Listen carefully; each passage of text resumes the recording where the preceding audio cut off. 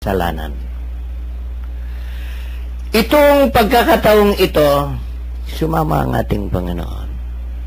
Ang nakakalungkot lamang sa ating buhay, busy tayo.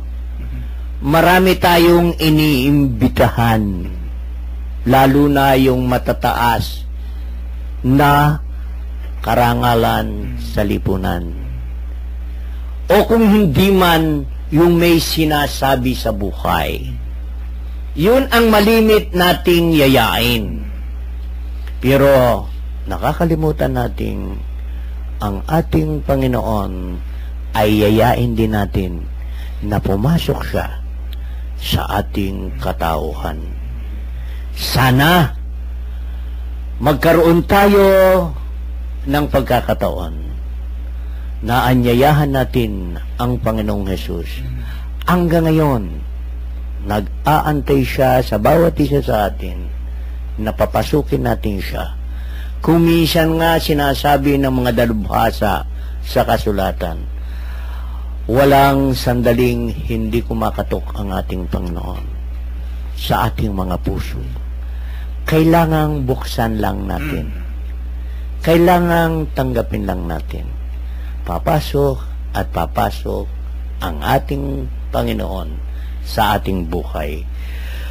Mga ginigiliw naming tagapakinig, kung makikita po natin, ang Pariseyong ito, bagamat niyaya niya ang ating Panginoon, tinitingnan pa rin niya ang kilos ng ating Panginoon.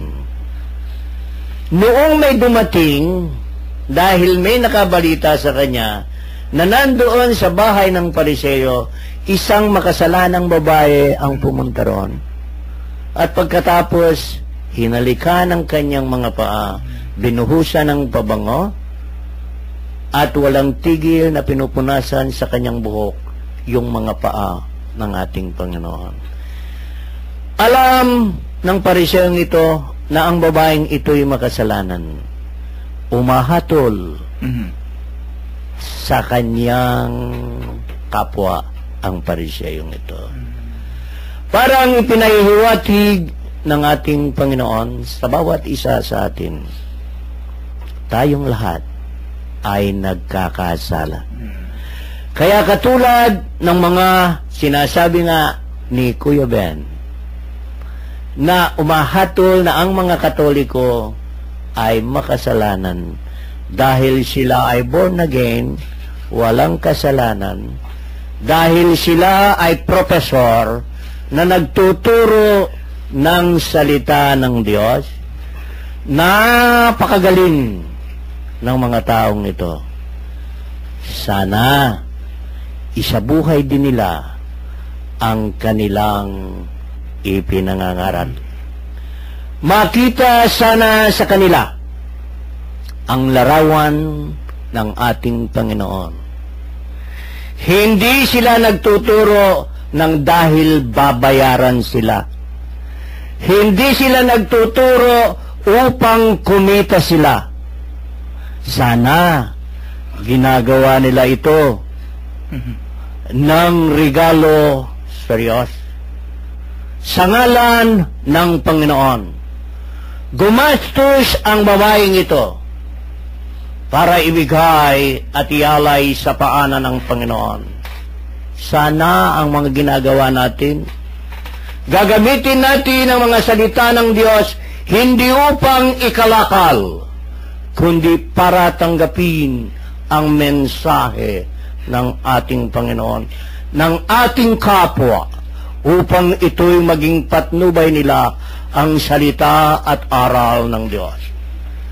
Marami sa ngayon sa mga bagong litaw na napakagaling nila sa banal na kasulatan, katulad ng mga Pariseo at Eskriba nung panahon na ngayon na ipinagkatiwala sa kanila ng Diyos ang pagre-reflect, ang pagbibigay aral sa salita ng Diyos. Subalit ang mga Pariseo at Eskriba ding ito ay ginagamit nila upang magkamal ng salapi. Sana ang mga bagong litaw na ito na napakagaling sa banal na kasulatan na kung manghusga, lalo na sa iglesyang itinayo ng ating Panginoon, sana maghunos dili sila. Tatanungin po natin ang magagaling na ito. Sino ang nagtayo sa kanilang iglesia? Yung sarili nila? Ang sabi nila ay inutusan sila ng Diyos?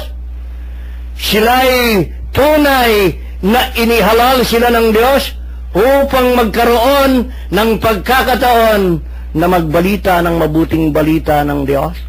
O sa inyo ng walang bayad ay ipinamigay ninyo ng walang bayad? Hali kayo, mga pinagpala ng aking Ama. Tumuloy kayo at sumalo sa kasiyahan ng mga anak ng Diyos.